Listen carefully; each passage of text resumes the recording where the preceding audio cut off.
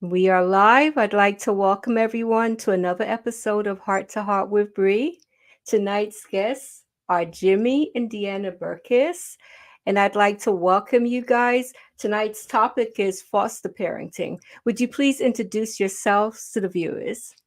Go ahead, sweetheart. Yes, I'm Deanna Berkes, and I work at an organization called One More Child, and we are foster parents to two great little boys, but have been foster parents to 11 children in the last 3 years. And I'm Jimmy Berkes, and I'm glad to be here with my beautiful wife and sitting here with my friend Bree. And this is a really, really important conversation. It's a very important topic. I'm glad that we're diving into it tonight, and I'm excited to see where it's going to go. Yeah, I've never done this topic before, so I'm very excited about it.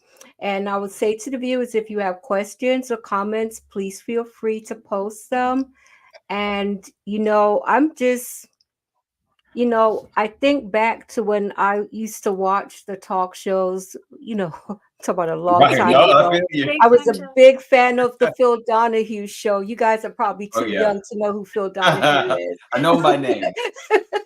But I remember quite often there would be foster kids who had been fostered, but there were always these horror stories. So Yeah, I've always associated it with, like, unfortunately, sexual abuse, mistreatment of we've seen children. that. So, right. So I'm really looking forward to this conversation. So, my first question is, why did you decide to become foster parents? Do you want to? So I would say the Lord called us to it first and foremost. 100%.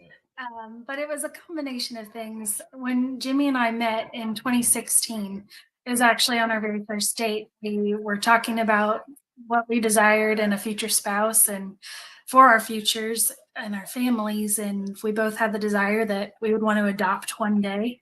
And so here we are now, 8 years later. And um, when we made the decision to become foster parents back in 2020, excuse She's the me. one who knows. It was it was a decision that we made because we had the resources and the heart and the capacity at the time, and we both had a desire to be parents, but the Lord had not blessed us yet with our own biological children, and so we said, well, maybe this will be a good stepping stone to our adoption in the future. And Yeah. here we are now with a beautiful son and 11 children that have been through our home that we consider extended family. Yep. And our children, whether or not they are ours legally, they are part of our family.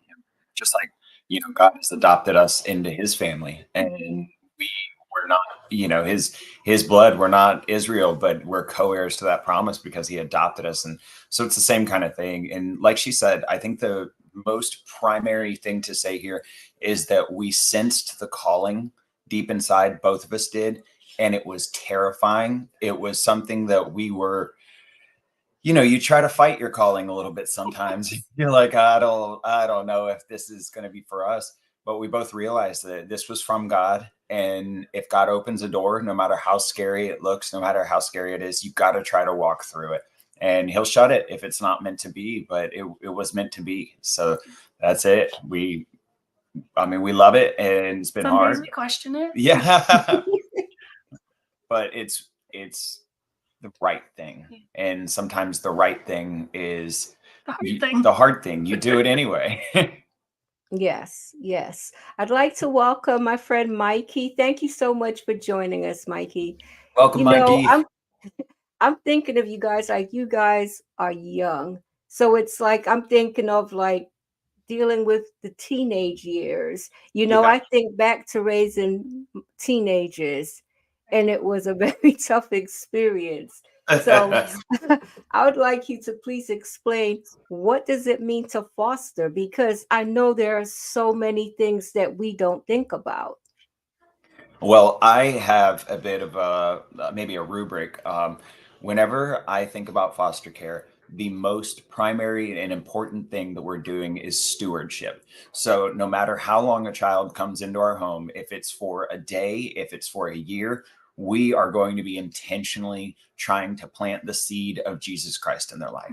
So even if maybe they come from a super broken family, or maybe they come from a place of sexual assault, when they come here, we want them to see what a stable, Christ-like, Christ-following household looks like, and plant that seed so that they have the desire for that in the future, if they don't already right then.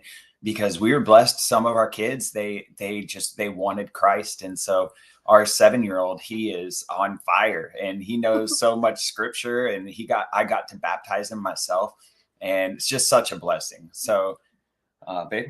Yeah, I would agree with that wholeheartedly. I mean, the whole point of foster care is that it is temporary, because we want children to be with their families.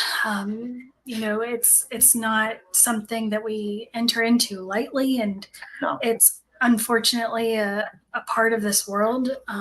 It's improved over the last couple of decades, but it's still a very broken system. And so if we can be a small part of that in a good way, and hopefully steward these lives back towards reunification with their biological families, awesome. In some cases, that's not always the safest resolution for them. And so, unfortunately, things like permanent guardianship or adoption do need to happen, which involves the termination of parents' rights. And that's a hard thing. It's a heavy thing. But that is part of the process as well. And so the whole goal is reunification, but we definitely don't want these children to be in limbo for forever. And there's times where that it's not safe to go back to the bio parents, and then you may get to that point where that opportunity is are you willing? They'll ask, are you willing to adopt this child? And that's a big, that child is ours forever. And sometimes the child may be taken out of the home, so you have to really guard your heart. But it can also be the greatest blessing in the world. I mean, we look at Jonah, our 14-year-old, and he's doing amazing. He has changed completely. He's come to the Lord, and he professed faith, and he was baptized at a camp, and he's a different boy. He's a different young man, and I'm excited to see the man that he's going to become. So what it means to foster, I would say, is stewardship, but also your heart is going to grow so much. And you are going to walk through some tumultuous times, but God's going to use that to make you into a new person. And so it's an amazing process. What are the qualifications? Can anyone just decide, hey, I want to be a foster parent? What are the qualifications? Not just anybody can. And so you'll see, unfortunately. Yeah, our dogs are jumping around. We're our emotional support humans for our dogs. So. With that, unfortunately, not just anybody can be a foster parent. However, that is also a good thing, because we wouldn't want just anybody to take care of our kids. Right. And so there's a process that you go through. You do have to have background checks. You have to show that you are financially stable, and providing big statements and pay stubs. They do what's called a universal home study. And so somebody will come out to your house and make sure that you have space for another child or children if you are open to fostering more than one. Make sure that things are locked up in safe places. Make sure that there's no guns just laying in a corner and things like that. But there's steps that you have to take in order to become a foster parent. And so in the state of Florida, typically once you've completed classes, there's about 30 hours, I want to say. Don't quote me on that. It's between 20 and 30 hours of initial training that you have to go through. And then once you've completed that, the home study happens. They submit that to the state of Florida through the Department of Children and Families, and it's about 30 days for them to review and give you that license. Now, and another thing that's important, that's all of the legal, that's all of everything, the qualifications that are kind of tangible. Something that is really important, I think, is your relationship with your spouse.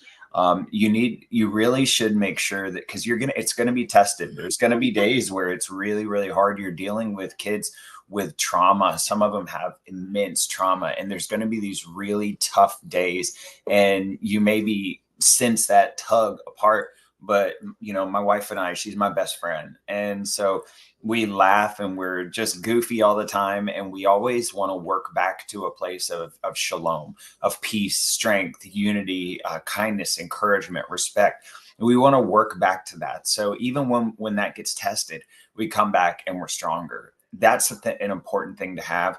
But also, Bree, there are some amazing foster parents who are single. I know one woman, and I won't say her name, but she's unbelievable. How many kids does she have? Oh, I don't Like even know. 9 or something. Wow. She's adopted 3, but I think she's fostered over 30 in the last 10 years or so. I mean, she's just an incredible woman. And there's several that we know of throughout our network, and they are unbelievable people. There's even a single dad who he was actually adopted himself, and so that's why he chose to foster. Okay. And so just really cool. You don't have to be married. No. You don't even have to be a believer No. or a Christian. But Well, we believe that's the best Yeah. method Yeah. to approach it.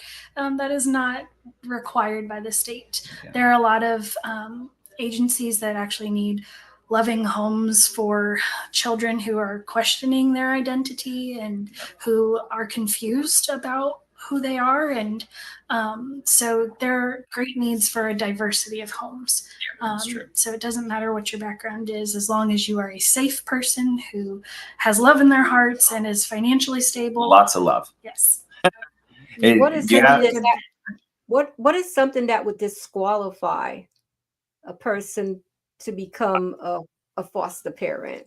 I would say if there's if you have issues with drugs or alcohol, that's a big one, because a lot of our kids are being rescued out of these homes. Yes, And yes. so that's a big one. If you can't handle, if you're out gambling all the time, and you don't have stable financial means. Also, just some people they have a tough time forgiving. They have a tough time. They get very angry and frustrated, and they want to be domineering, but you can't. You have to, when the kiddos come in and they're acting out, they will act out. You have to stand back and know that it's going to be love and time which get them through that process, and eventually they'll settle down, and you'll have crossed a mountain, you'll have crossed a hill, and it's going to be different. But leading up to becoming a foster parent, during that universal home study, they are interviewing you in your home and your children, and whoever lives in the household must go through this interview process. So they'll ask you, what is your discipline style and how would you respond in XYZ circumstance? And so those answers are all going to the state to review and to make sure that those are in compliance with the right types of responses. Right. There are other assessments that you might take as well, depending upon where you're becoming a licensed foster parent. So one we had to do is called a Diana screening, and that is to see if you respond to certain questions and scenarios in a manner that is in line with the best way to not be a sexual abuser. Well, and that's something that, this is a broken world. It's a broken, sinful world. And so there are people who are signing up to be foster parents, and they're doing it for wretched reasons. Some people. Yeah. And there is a stipend for the children, but it's not a lot. It's enough to help you support a kid, and You're lucky if it covers groceries. yeah, no kidding. Groceries are so expensive, especially for boys. Oh my goodness, these boys can eat. But there's that, and then you also, there are people who are coming in, and they do have, that kind of, they have bad urges in their heart, and so that's why the need for loving, good, sound foster parents is so immense, because these kids need to go to a good home, somewhere where they can be safe. They've had so much unsafeness. They need to be safe. Right. To go from one unsafe situation to another, it has to be very traumatizing for the children. It happens. It's sad. Yeah. It's awful.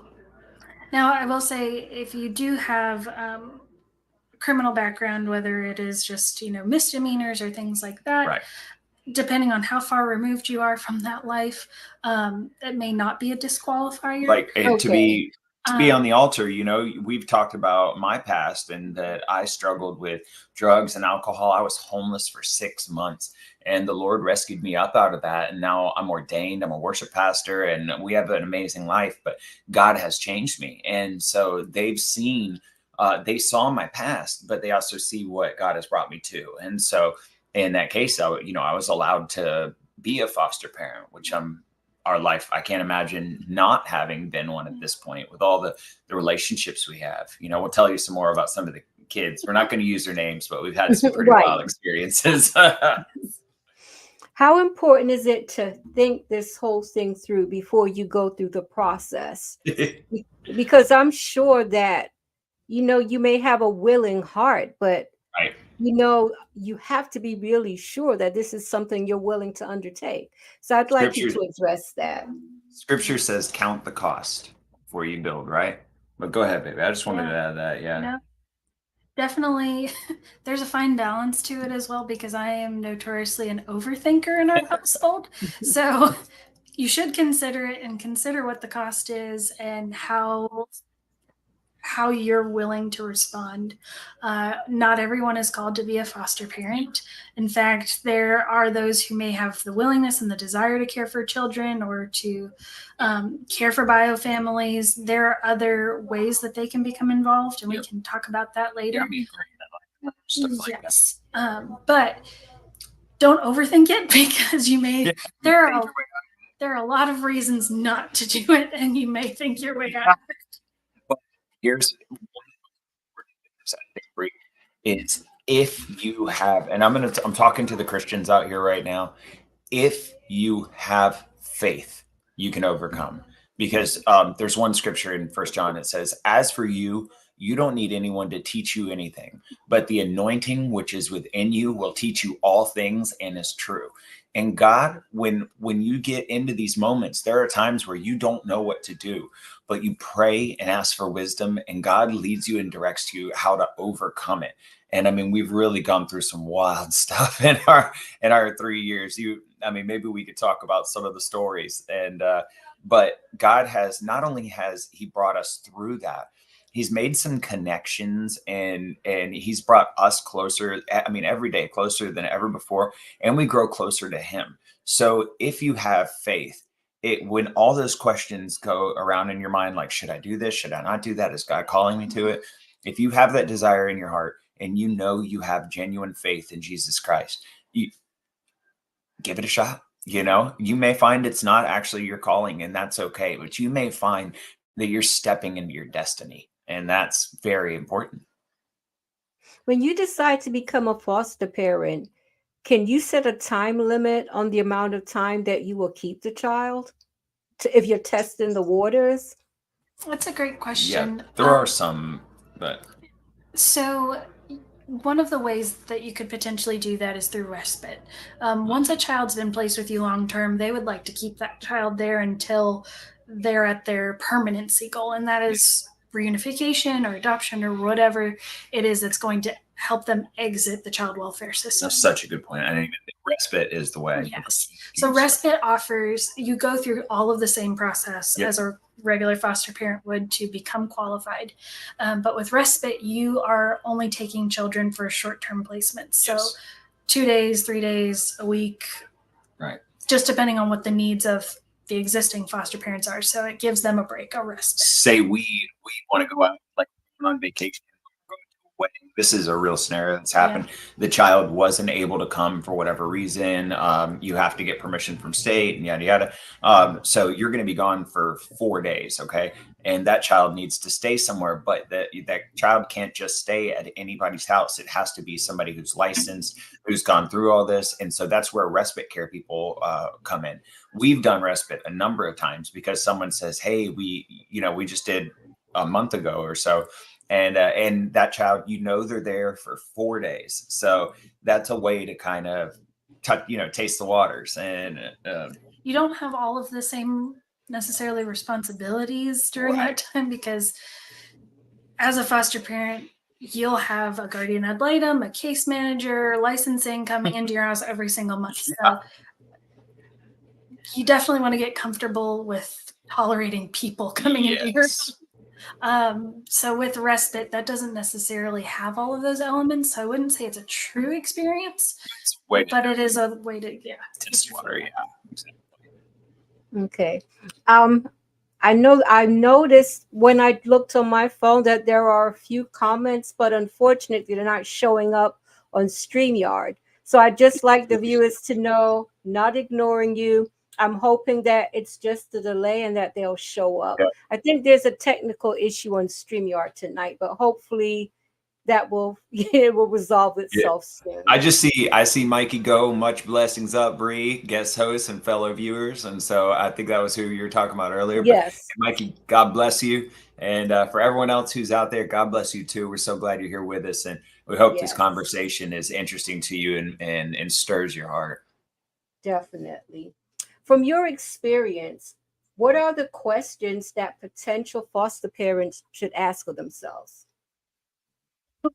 Definitely that one I was just saying of, can you tolerate people coming into your do I love children and want to be around them even if they may not love me back? Oh, That's huge. that's really good because you are going to be pouring out a fountain of love to a child who has a parent who has been with, a lot of times they have parents. They've been with those parents for years. They see their parents in this exceptional light, but they got removed for things that were not good at all. So there's this wall sometimes, and you love them so much. And sometimes it's not reciprocated at all. Sometimes it is though, and it's beautiful. But you have to ask, am I doing this for myself or am I doing this for the Lord and for these kids? Because we have a desire to see these children with trauma. That's what Kingdom Catch is about. That's what the fostering is about. We want to see these kiddos with trauma just have light in their life and find some peace. Yes, break the generational trauma. And so you have to ask yourself, am I willing to love even when it's hard, even when I'm not loved back? Am I willing to forgive? Am I willing to do this for God, or am I just willing to do this for the child because they need somebody?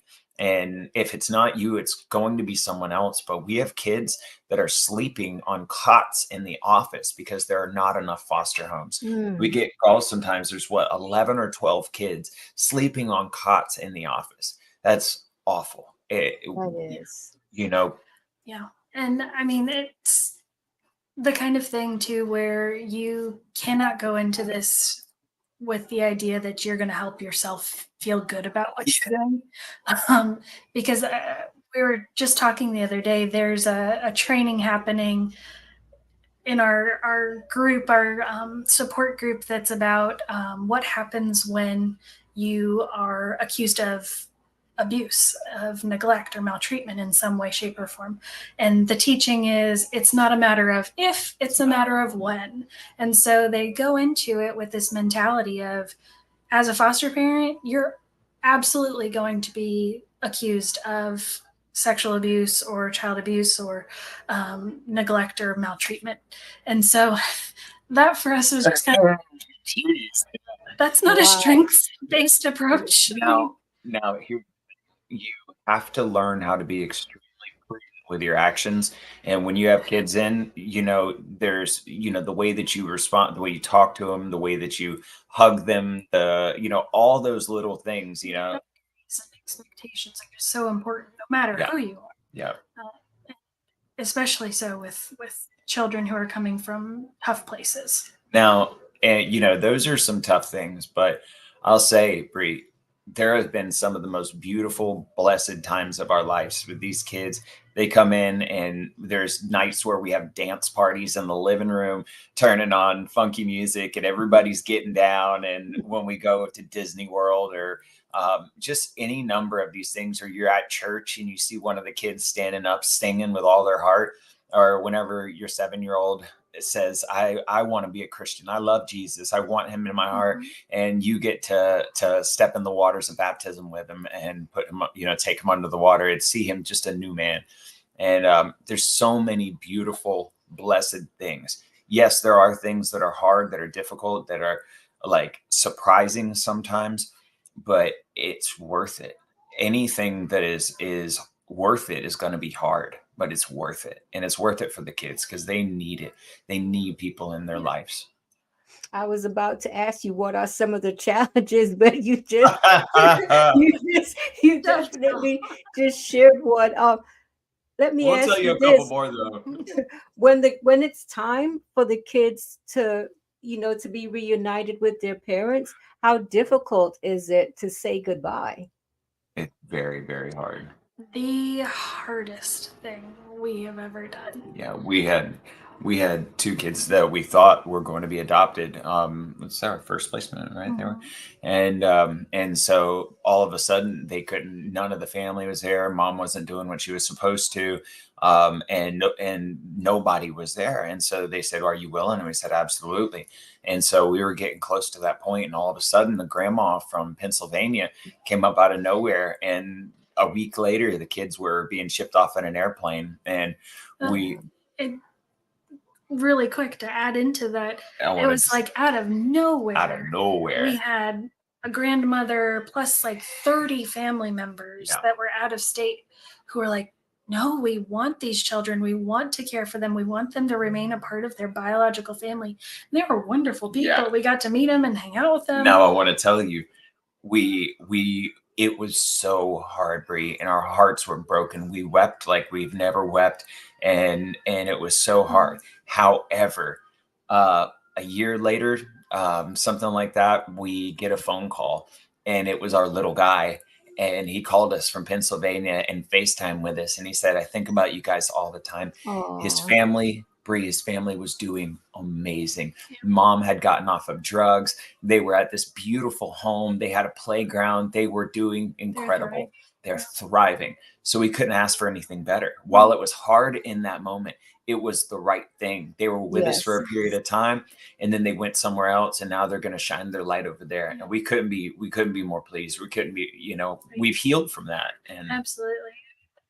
Was inconveniencing and heartbreaking for us for a period of time, but for them it meant everything. Yeah. And that is one of the challenges. There are a lot, but Yes. it's just such a broken system for vulnerable people and children and adults alike. And so the fact that mom is now healthy and substance free and doing the Praise things the she Lord. needs to do to be a mom, that's what those children wanted. They cared for us, but we were not mom and dad. No.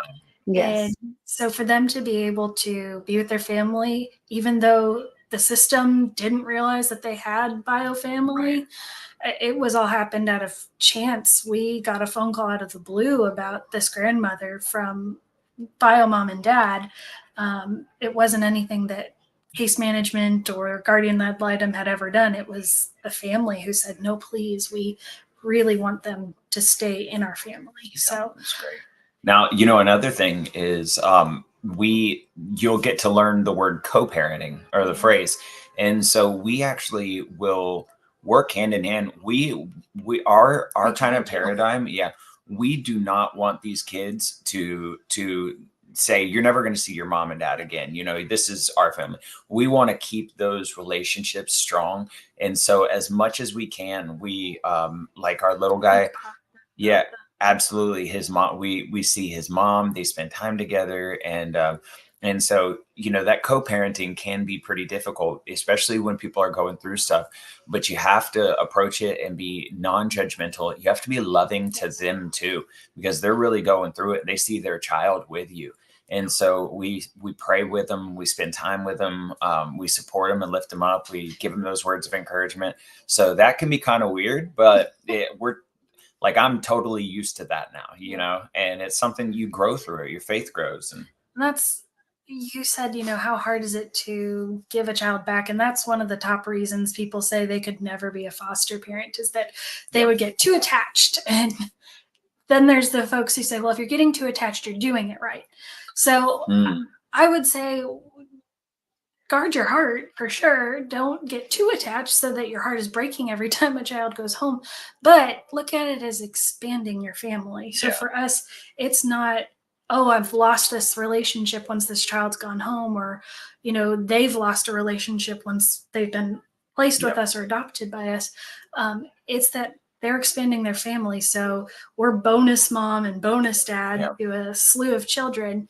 And we still have one young lady. She came from Mexico, and so she only spoke Spanish.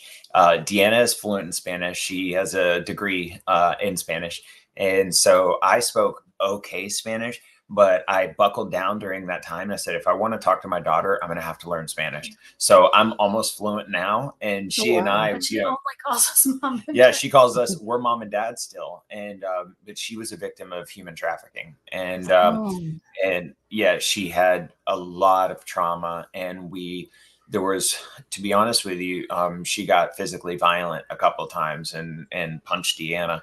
And, my goodness. the first time we took it, we tried to work through it, but she was getting progressively worse.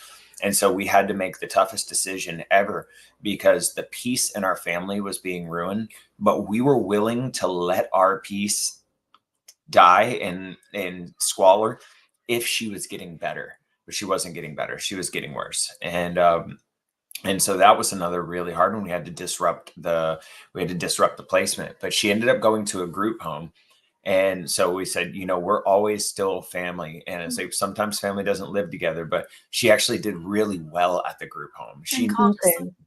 Oh yeah, we talk to her all the time still, and we're still mom and dad. And so God worked it out. He worked it together for good. And she just turned 18, so she's out of the system now. So we're waiting to hear from her, because she turned 18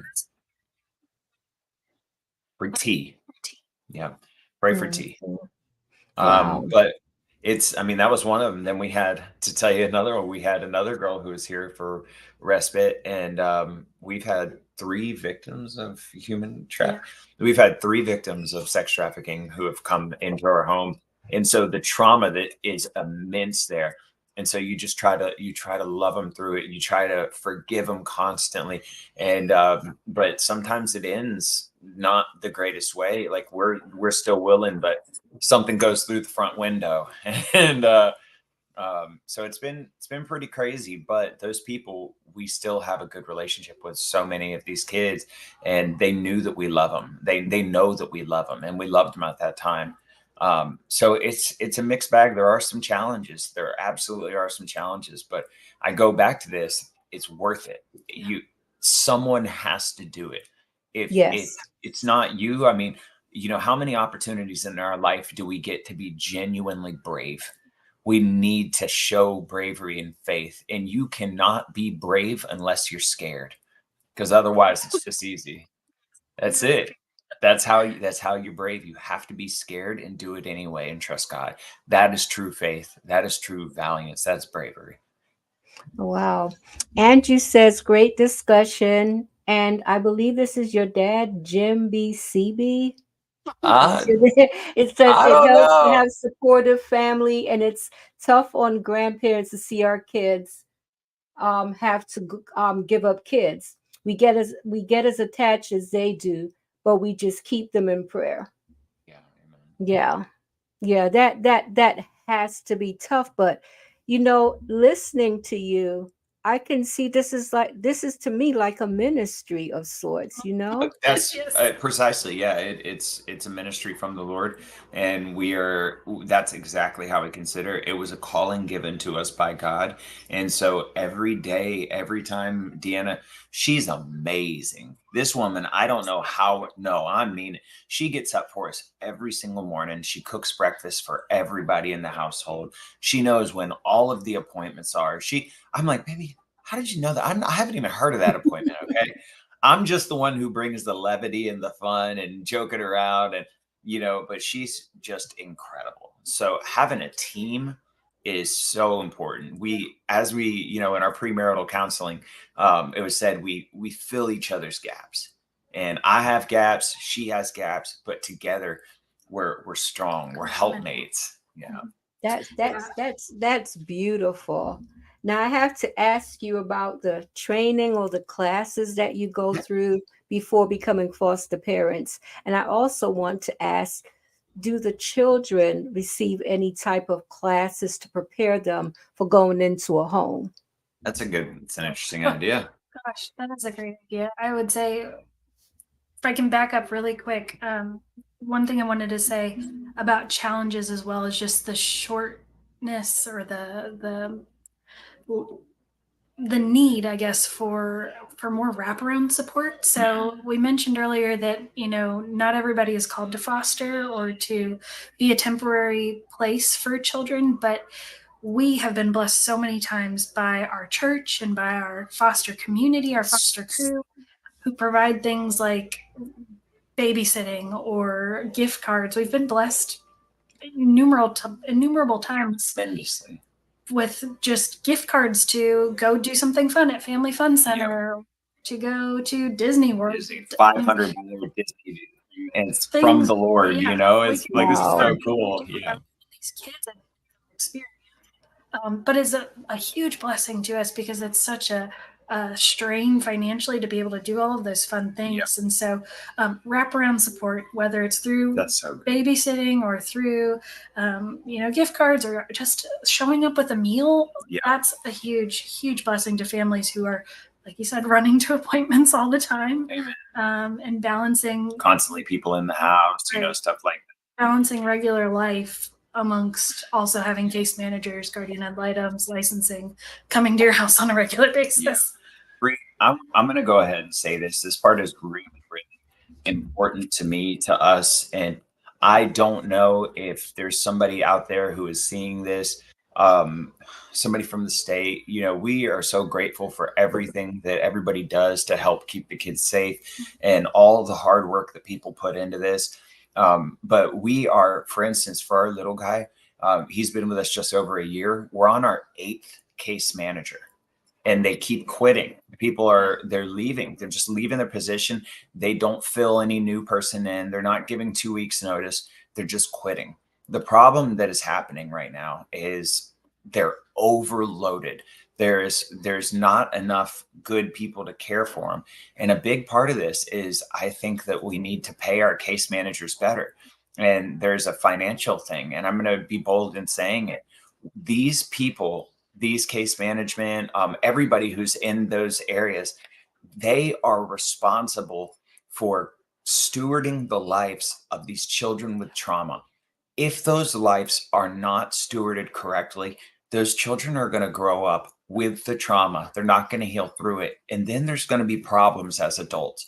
We've seen what happens to adults who are dealing with huge existential trauma, and it's never resolved. And so we need to be pouring our resources as the state into those people. We need to pay better, and that will attract better people. Smaller case. And yes, not some of them have over 40 children that they're. Case managers have 50 kids on their case list. Can you think about that? Regular, they can't take it. The standard nation is like between 15 and 20, I think. Yeah. So you have 50 children. Those kids. Yeah, and those kids can't get cared for. They don't put the time into knowing them. So we're like, hey guys, you know, you're not showing up to the court sessions, you're not showing up to the PCARs, the stuff. People just aren't showing up because there's so much on their plate. Something has to change. Yeah. Wow, this listening to that, it's like teachers, how we've talked about teachers not being paid well.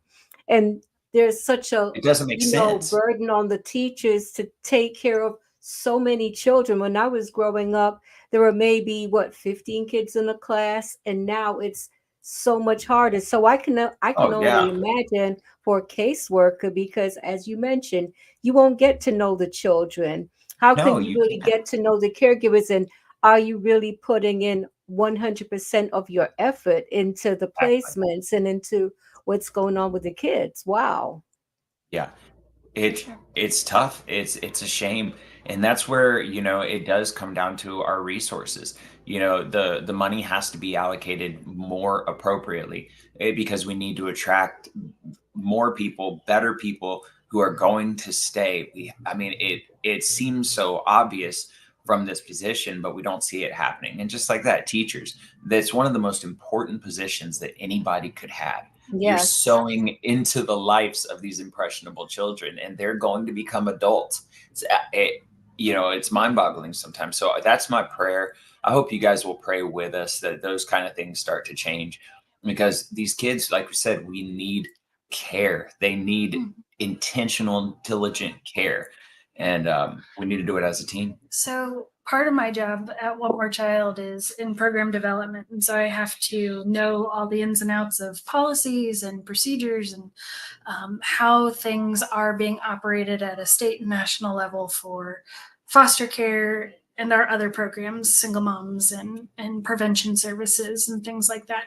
And so with foster care, to put it in perspective, there are fewer children entering the system than ever before, which is great. There's about 300,000 children across the US who are currently in the foster care system or touched by the foster care system, which is saying a lot since that's considered low. But even though fewer children are entering, they're staying in care longer than ever before. And so the average amount of time, I believe, per the last annual report through the Administration for Children and Families was something like a median of 19 months in care. So that's 19 months that a child is placed into a temporary home. In limbo. Yeah. And to put it in perspective, the state standard is that they be finished with their case plan within 12 months. Yeah. So that's an average of 7 additional months of trauma accrued. That's either reunification or inclusion. What they need is permanency. Yeah. The children need permanency. You can't, when you sit in that liminal space, it is exceedingly uncomfortable. And we said existential earlier. It is an existential crisis. Who am I? Who are my parents? What am I going to do? And that is so hard on the kids. Matt, let me ask you this. Are the kids prepared before going into a home? Do they go through therapy? Yeah. So they do. All of the children who are in foster care qualify for Medicaid. And so that's part of the initial steps when they are brought into care, is that if they haven't been registered for insurance, they are registered for insurance. However, that's a whole nother issue. Is like, well, let's talk about it. There's not enough clinical providers. There's not enough counselors available in our area. So for our son now, Jonah, he was in our care for 2 years, and as going through adoption, you're recommended that you do adoption counseling. We waited for 8 months, I think, to be placed with somebody who is an adoption competent counselor. That wasn't just sitting innumerable times. It was say, guys, we want to do this one. But again, there was just too much. There was too much on their plate. So counselors available. Counseling, in theory, is available to them and should be offered to them. But most kids don't want to participate when they are paired.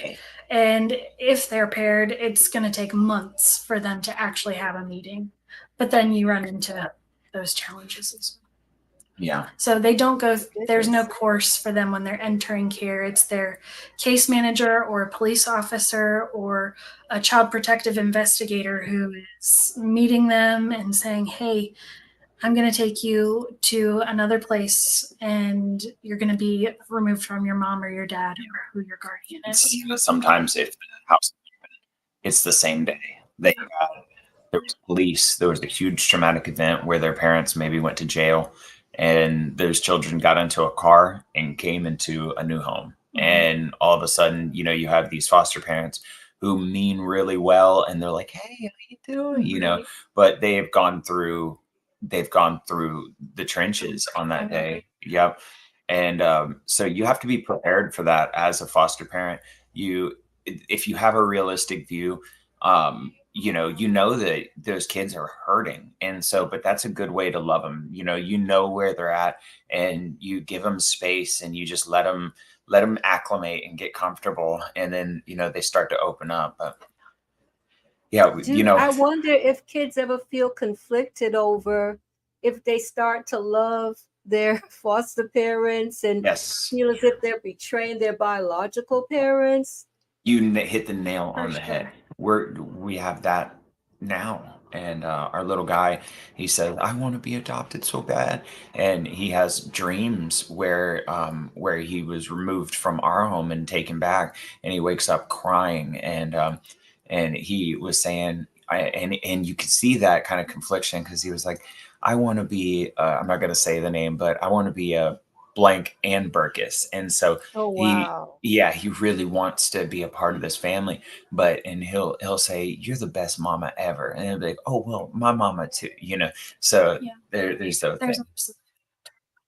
so coming at it from a place of, you don't have to, it's not either or, it's both. And again, reiterating that you're expanding your family. So Yeah. it's, We're bonus parents. bonus parents. We don't, and they don't have to call us mom and dad. They can No. call us Jimmy, Deanna. We were called Noodle and Toodle for a season.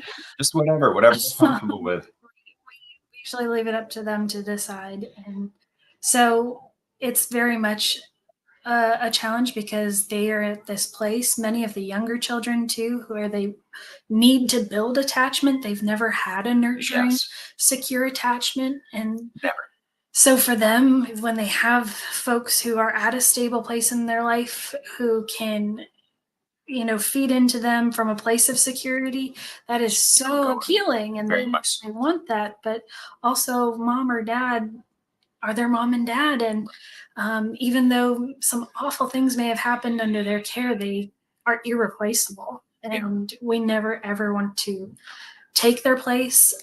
But you do, for some kids, for most of them, eventually you do become mom and dad. Even if they don't call you that, they respect you. They respect your authority. They love you because they know that you love them. We tell them all day, I'm a very doting father, and I'm just like, I'm so proud of you, buddy. You're doing so good. Hey, guess what? I love you. I love you too. And so that love is just so strong, and there's that comfort in a stable home and with stable relationships, and we're not yelling and fighting all the time. We want to have peace. We want to have joy in our household primarily, and so that can be very attractive to the kiddos. They want to be comfortable. Everybody wants to be comfortable, whether you're 7 or 17. You're a sentient being, and you want to have peace in your life. And as foster parents, we can offer that. And after going through a lot, we don't get at first it was really hard, because our emotions would get ramped up. I was like, oh, stop. They're dysregulated, so we're dysregulated. Right. But we're much better at staying regulated these days. There's times.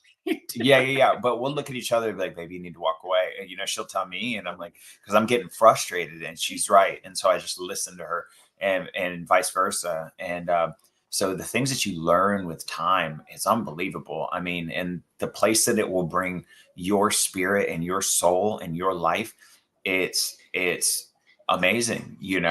I'm sorry. Well, I was about to ask you, how has being foster parents changed your lives? In the best and worst ways. Just thinking what you just said reminded me of the fact that being a foster parent really forces you to examine your own parenting styles and your own childhood. And so one of the tools we use is called TBRI, trust-based relational intervention, and it's all about trying to practitioner, a licensed TBRI practitioner. Yes. And so one of the things that it teaches you is about how to build strong attachments, nurturing attachments with your children, and coming from places of strength, connecting with them before you're trying to discipline or correct them. And so during that process, the process to become certified, we had to go through an adult attachment interview where you are evaluating all of the things that you thought as a child and how you were raised and disciplined, and deep dive determining, your attachment style. So are you secure? Are you dismissive? Are you aggressive and assertive? And so just thinking about those things, since we have been foster parents, it really forces you to confront your own inner beast, so to speak, and really just counsel through that so that you can come to a place of forgiveness and strength and kindness with these children, because there are days where your patience are going to be tried and you're not going to have a single one left to give. So But you've got to dig deep because they have already seen the worst of humanity, So and you are the one safety, security, Amen. blanket, whatever you want to call it in their life. So you have to look at it and find more deep within you, More because grace. it's hard. So it's forced us to really confront that ourselves and try to work on our own mental, social, emotional health. But it's also been good because we've gained a son, we've gained many sons and daughters, and it's been a blessing for us. I'd like to just, piggyback on that. I want to speak. I would like to just lean into the spirit for a second, and I want to speak from my heart, and I want to tell you exactly how foster care has changed me. Coming into it, I was naive. I thought that it was going to be easier. I thought I was going to be better at it than I was. I absolutely had a heart full of love. I was nervous to be a parent, but I felt like I was prepared. I felt like I knew God would bring me through it. I have been absolutely devastated, but I've also been elated and happier than I've ever been in my life watching my kids. My heart has grown in ways that I didn't know it could.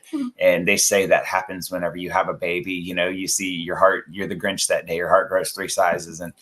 But it's the same thing when you have these kids come in, and you develop this love and appreciation. I've grown in wisdom. I've grown in kindness. I've failed so much, but I've asked for forgiveness. I've asked for forgiveness to my family, to my kids, and shown them that that's what a man does. That's what a person is supposed to do. And they've forgiven me, and they've given me grace, and I've given them grace. We've experienced this joy that is inexpressible. And we have grown closer to the Lord through all of this. And every single day, just like she said, digging deep some days, but you see that at the end of yourself, there he is right there always. And so being a foster parent has changed me ineffably. I can't express it. There's too much to say. Some of it has been hard, but God works everything together for the good of those who love him and who are the called according to his purpose. And so all of that hard has been fixed and has been made into goodness. So while it was difficult, I sit here today knowing that it was all God's will and that I am the man that I am today because of what we're doing. Thank you. Yeah. Thank you for sharing that. Yeah, I would add to it. We still don't have our own biological children. And so we come at parenting from what we have learned as foster parents, which for better or for worse is shaped us into the people we are today. And I wouldn't have changed it. I have experienced my lowest of lows, and some of the most depressing times. And I'm just saying that to be real and to paint a picture. It is hard. Yes. But it is also, like he said, brought us closer to the Lord. My prayer life has never been stronger. and I love my more deeply because of who he is and how he relates to the children that come through our doors. And it's been a tremendous change, and it's been a tremendous change in our family too, our extended family, our parents and our brother and sisters. And it's just been really cool to see them love in this way and to embrace the life for better or for worse with us as we navigate how to parent children and co-parent people that have been in really tough circumstances. At first, Bree, with the whole family, it's a little, just like with anything. Well, yeah, and you dip your foot into hot water, and Yes. it's very But if you give it a moment, you regulate, and all of a sudden, it's just like that's how it's always been. You're fine. It's no problem. That's how it is with the kids too. At first, they come into the house, everything is topsy turvy. It's ebullient. It's weird, and then before long, it's just they've been like with Jonah. Everybody that's my dad's grandson, but my mom, all of my parents, my family. It's like he's been here forever, and he is our blood now. And it gets better. It's hard for me to phrase the words, but it's great. I mean, it is really difficult at first, and it's weird, but it gets to a place of peace. I remember when we had our first placement, I could not sleep No, for like the first 2 nights because I she's was so like, oh my nervous. gosh, we had kids in the house. Like, what if they start breathing? Like all the things I imagine a mom who just With a gave birth baby. to a newborn would think. I was feeling like, okay, like that instinct kicks in and you're like, what do I do? How do I do? So yes, it definitely calms down after a while and you like, oh, what? You didn't take a bath today? That's okay. We'll get there. That's right. I feel like fostering helps you because you have to be so precise with your parenting, and Yes. you have to be really like careful. And you have so many different kids with so many different personalities. And that's how biological kids are sometimes too. But these people, they come from different homes. So it helps you to refine your parenting style and figure out what works. And the secret to it, here's the secret. What works, it is just huge love and forgiveness. That is what works. And flying by the seat of your pants. And flying by the seat of your pants. But being domineering and being like, this is my way or the highway, you better do that. Like, it doesn't work. That doesn't work. It doesn't work. Doesn't matter where your kids came from. Doesn't work. No, It doesn't work. It definitely doesn't work. I have to ask you, how important is it to have an open heart before taking this step? So essential.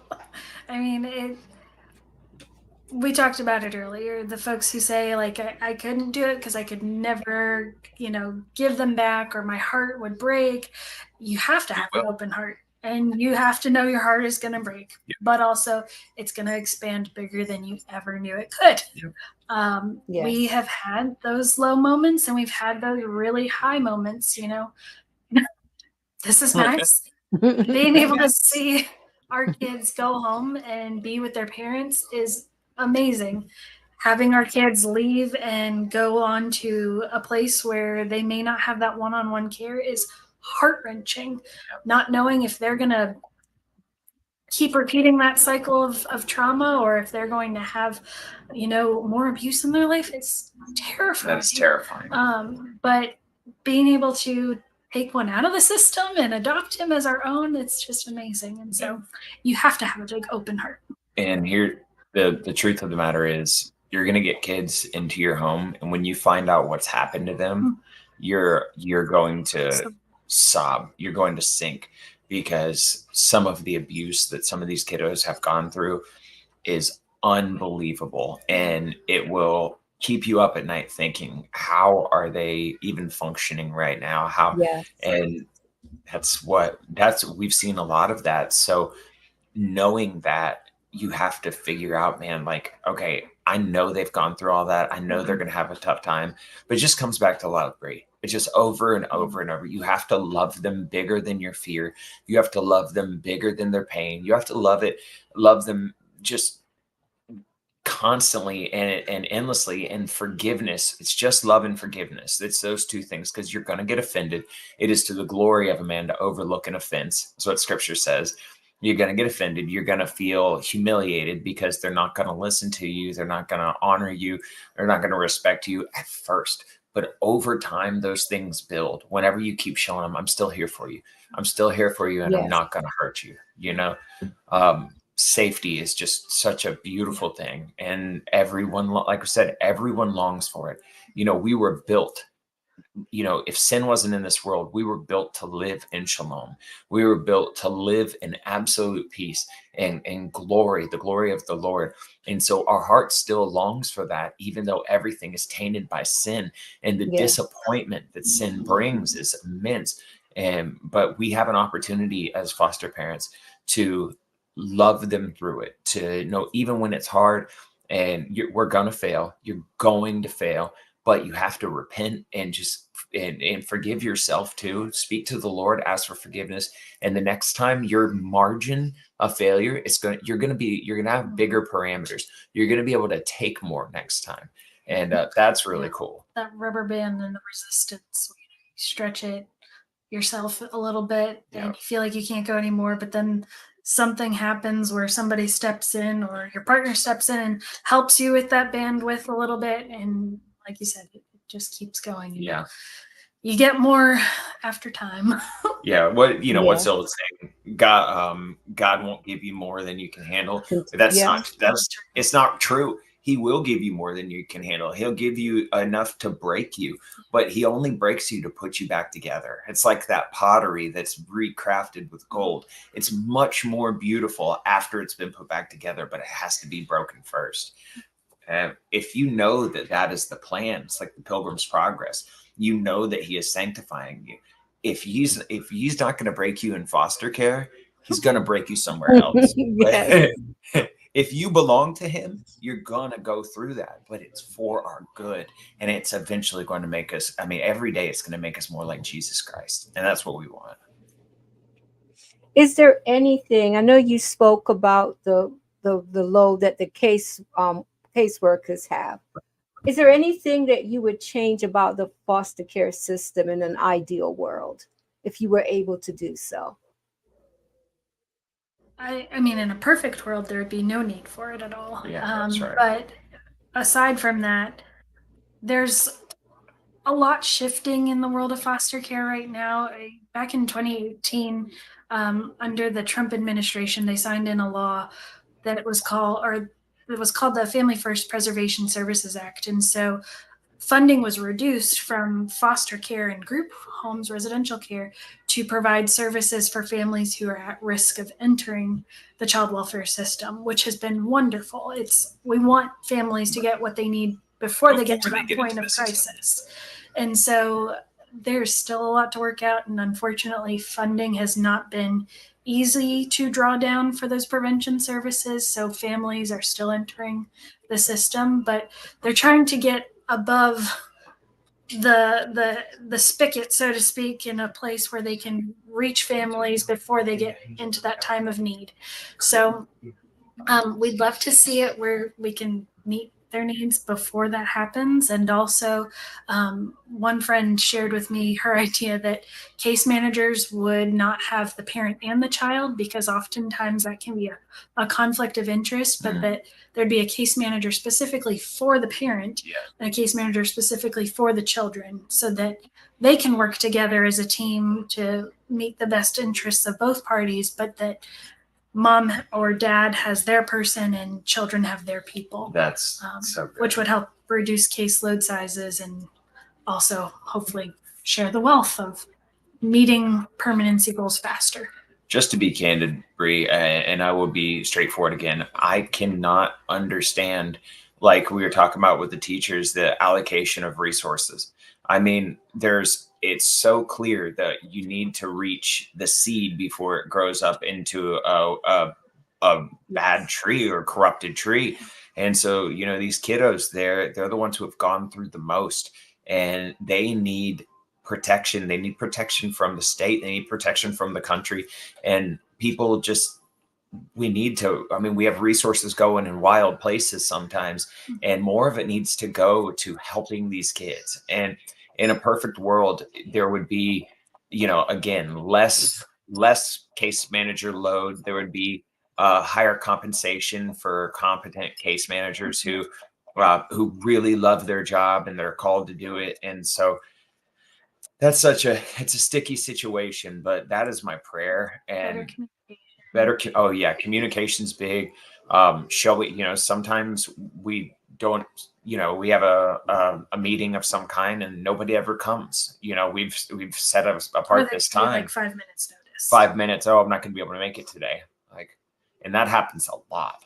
And so those are the things, we're airing a grievance, and I get nervous about it. I don't want somebody to take it the wrong way. I know how hard people are working. Yes. I know, it's not them. It comes from above. And those, our governmental resources, they need to be pushed into the right channel. And this is the right channel, helping these kids.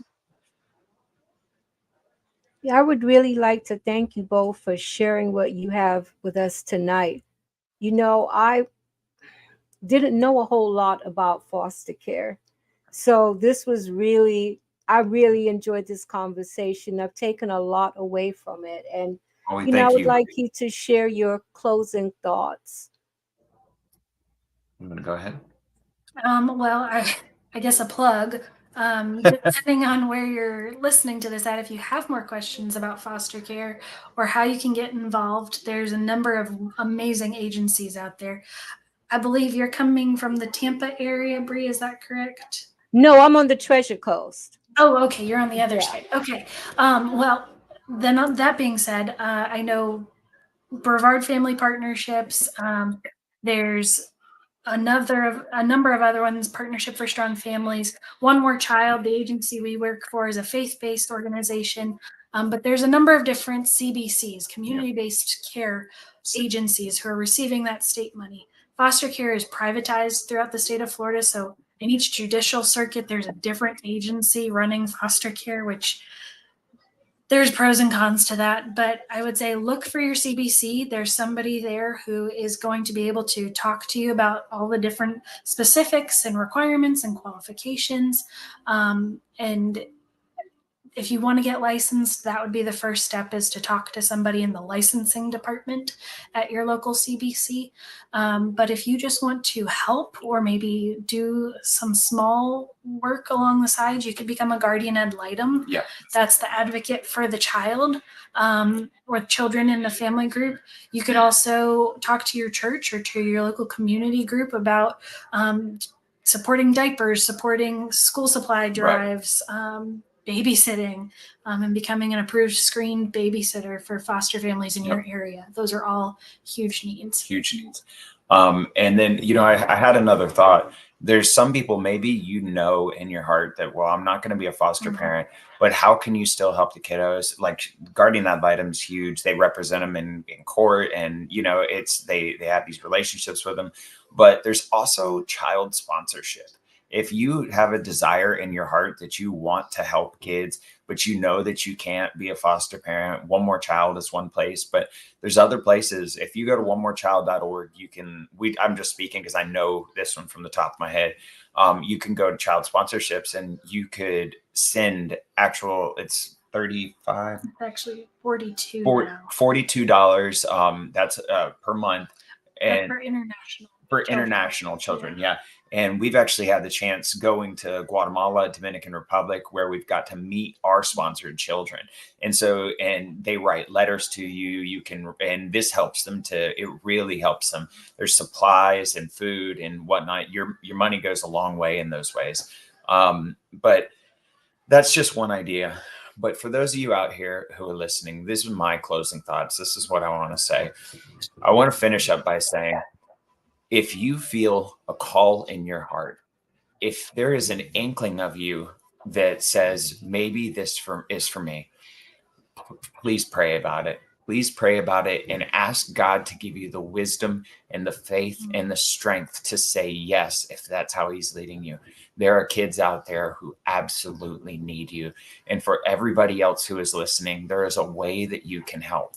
And you're not helping a person, you're not helping a person looking for money or an institution. You are helping a child. So get plugged in and figure out how you can be the hands and feet of Christ for these kiddos who desperately, desperately need someone like you. Yeah, there are a number of children who are waiting placements, especially those who are teenagers. We, for whatever reason, have had a number of teenagers come through our doors So maybe you don't want to change diapers anymore. Maybe those days are over for you, or you're tired of having daycare situations come up. Consider fostering a teen, especially those who are 17 and 18 are getting ready to be independent. There are supports in place for them to help them get their driver's license, to help them with housing. And every child who exits foster care in the state of Florida through adoption or through graduating out of the system has free college to them until age 28. Yeah, it's wonderful. Yeah. So please consider either being a mentor to those teenagers who are aging out of the system, or maybe even fostering one. And there's grants and whatnot, so that there are like financial resources for the kids. There was one during COVID where they gave our daughter $3,000, so she was able to get that. We just straight to you, and so hopefully that's a little nest egg to get her started. As she ages out. Yeah, students who do well while they're in college, which figuring out how to navigate college and that life is a whole other story for another day. But they can also get a stipend each month if they're doing well in school that will give them money to pay for housing and things like that. Yeah. I mean, so this is, I didn't know any of this. I would definitely love to have you guys so we can come back, so we can continue this conversation. Absolutely. So let's set a date when we can, and I would definitely like to continue this conversation. Awesome. Like I said to you earlier, I didn't know anything about the foster care system, and I think it's really important. And I'm hoping that some of the viewers will share this information with their churches, with their families, with people in their communities, because there are a lot of people with a lot of love to give. Amen. Now, I'll be honest with you, at my age, I don't know if I'd want to take on anything like this. And that's okay. But you mentioned other ways that we can get involved. So I'm very grateful for all of this information. Well, Bree, I'm grateful for your humility and your kindness and your curiosity. It's you doing this helps people to get a message out that the world needs. The world needs light. The world needs respect and encouragement. And so it's people like you, you are helping because you are opening this up. You're putting it out there and people are hearing, and that's a huge ministry.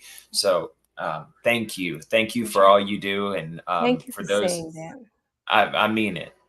And I think that was my dad. He said, thank you, Bree, for hosting on YouTube. We wouldn't get to watch otherwise. So thank you. Yes. I appreciate that your dad took the time to watch. And I'd like to thank all the viewers. For those who watch the replay, tell us what you think of this episode. And if you want to reach out to Jim or Deanna, hey, do so. If you're looking for information. Or prayer. I want anybody to know, if you're on Facebook, if you ever need someone to just stop what they're doing and get on their knees and pray for you, please reach out anytime. We are happy to. We want to be there for you, and love you all. Yep, absolutely. And my family out there, I love you guys, and I'm so glad that you're here. But thank you, Bree. Thank you so much. I wish everyone a wonderful week, and let me know when you guys are available to come back. I'd definitely love to have you back as guests. Yeah, I think we have so much. We have myriad things we could talk about. So right. You're welcome back anytime. Take care, everyone. Have a great week. God bless you guys.